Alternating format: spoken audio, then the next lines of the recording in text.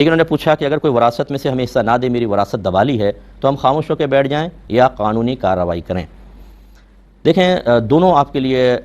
صحیح ہیں۔ اگر آپ سمجھتے ہیں کہ میں قانونی کارروائی کروں گا، مجھے حق مل جائے گا تو بہت اچھا ہے، لیکن یہ اس میں دیکھ لیجئے کہ ایسا تو نہیں کہ آپ کے جان کے لالے پڑ جائیں گے، کیونکہ یہ عجیب و غریب میرے پاس بڑے کیسز آتے ہیں لوگوں کے کہ خون کے رشتے ختم ہو جاتے ہیں، خون سفید ہو گئے، سگے بھائی بہن اپنے بھائی بہنوں کو یہ پیسہ دینے کے لیے تیار نہیں ہیں، پلاٹوں پہ مر رہے ہیں، لڑ رہے ہیں، جھگڑ رہے ہیں، قتل و غارت کر رہے ہیں، گولیاں چل گئی ہیں۔ آپ اندازہ کریں یہ دنیا کی قلیل اور عارضی دولت پر بالکل جانوروں کی طرح ٹوٹ پڑتے ہیں اور اپنی آخرت کو فراموش کر دیتے ہیں۔ مرنے کے بعد میدان محشر بھی سب کچھ یہیں پڑا رہ جائے گا، تو یہ بھی نہیں ملے گا صحیح طریقے سے، نہ اس سے آپ مکمل طور پر راحت حاصل کر سکتے ہیں، اور پھر میدان محشر میں جا کے پتہ چلا کہ ان زیادتیوں کی وجہ سے جنت سے بھی آپ چاہے وقتی طور پہ ہی صحیح محروم ہو گئے، جائیے جہنم کے اندر، تو پھر کیا فائدہ ہوگا؟ نبی کریم صلی اللہ علیہ وسلم نے ارشاد فرمایا کہ جو کسی وارث کو اس کی میراث سے محروم کرے، اللہ تبارک و تعالی اسے جنت کی میراث سے محروم کر دے۔ یہ اظہار ناراضگی ہے شدید قسم کا، تو ایسا نہ کیا جائے۔ بہرحال اگر آپ کو گمان ہے کہ میں قانونی کارروائی کروں گا تو شاید مل جائے، لیکن یہ بھی خوف ہے کہ مار دیں گے جان سے،